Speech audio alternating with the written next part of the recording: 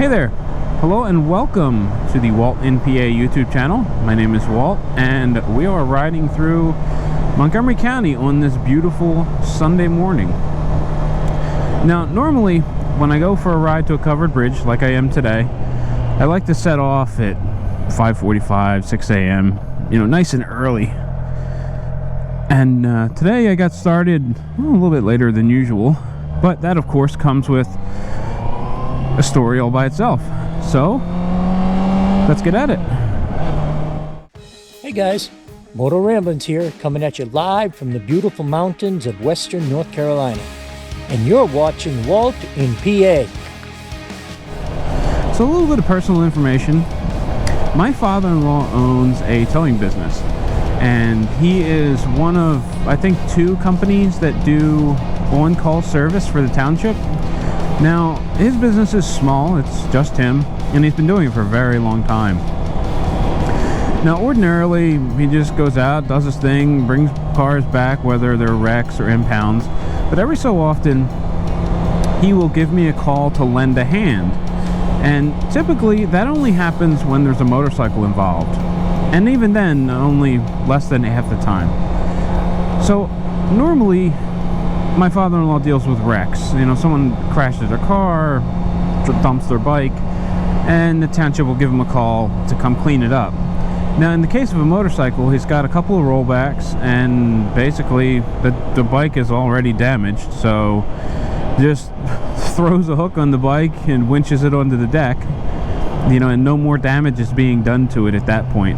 So that's pretty much how the process works when it's a wrecked bike. However, on occasion, he'll get a call for an impound, which was the case of last night. He gave me a call. He said, "Hey, I've got a motorcycle impound. Would you mind giving me a hand?" So this was at about midnight. I had been asleep for a couple of hours, and I'm happy to help. So I run over, hop in the truck, and off we go. Now the call said that the bike was in front of the middle school, and well, the middle school's pretty big, and it's pretty hard to miss. So that's where we go. We head over to the middle school. No flashing lights, no cop cars, no bike. This kind of doesn't really make a whole lot of sense. So we're slowed down to a crawl, and we're looking, trying to see where this scene might be. And for a brief second, I see flashing police lights in the door of the school. So it looked kind of like a reflection, but it didn't make any sense because obviously there was nothing where we were to be reflecting off the door. So we get down the road a little bit, spin around, and then head back, pull into the parking lot, or pull into the driveway or road that goes around the school. And here what I saw was a reflection through the building, because it's a straight shot through the building from the front door to the back door. And I guess what I was seeing was the police lights bouncing around the glass in the vestibule, and for that brief minute, that's what I saw. But anyway, we follow the road around the back of the school, and here are the police cars. There's 3 different townships here, and there's a sport bike. And then my father-in-law jokes, you should just ride it home. It'd be more fun. And I noticed that, but the bike, it was on its kickstand, but it was in a strange place. It was in the grass. Usually, during a police stop, someone doesn't pull off asphalt, go 30 feet into the grass, and put the bike on its stand.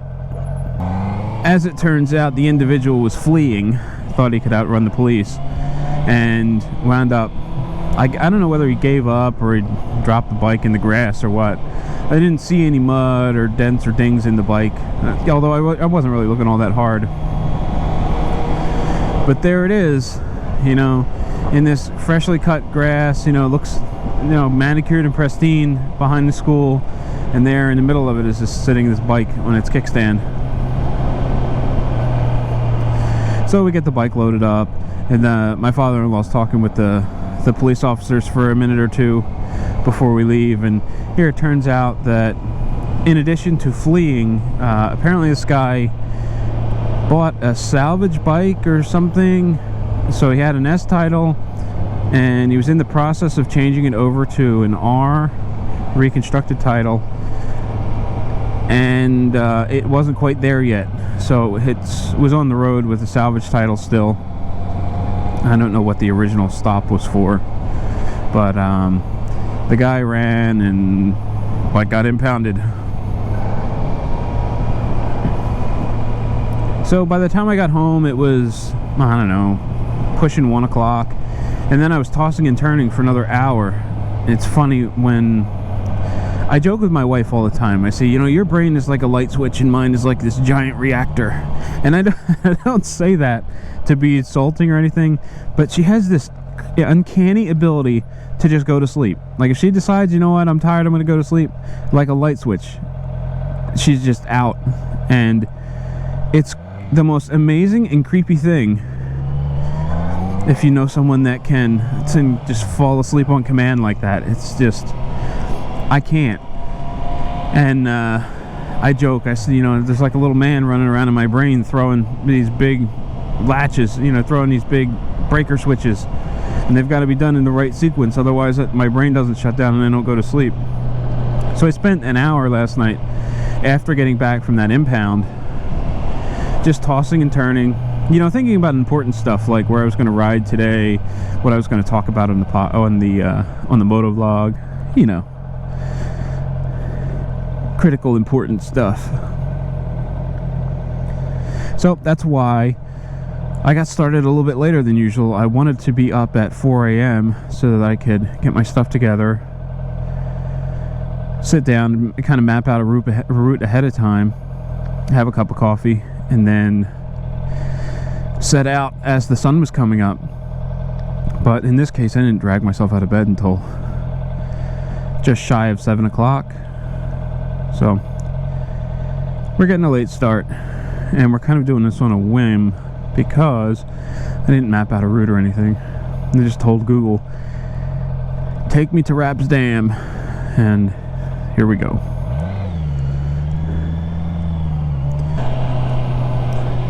So before we close this out, I figure I'd just touch on one more thing about motorcycles and towing. So, as I said, it's not very common that I get a call from my father-in-law, and he's getting older and he's approaching retirement, so he doesn't want to go buying dollies or any special equipment for the occasional motorcycle tow or the occasional motorcycle impound.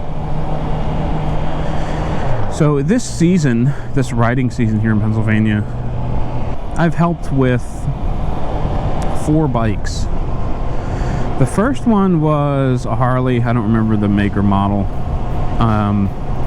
Basically 2 guys were riding together, and the story goes that they were coming out of a turn or something, and they bumped tires.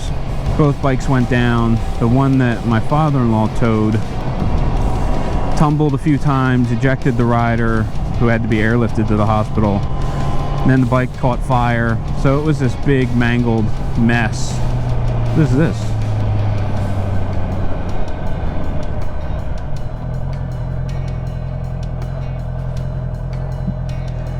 Okay, normally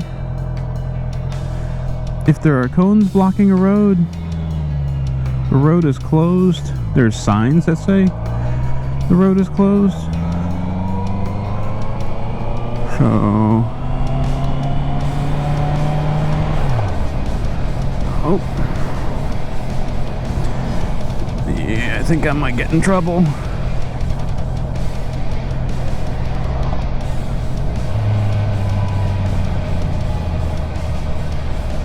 Accident, they just put this stuff up.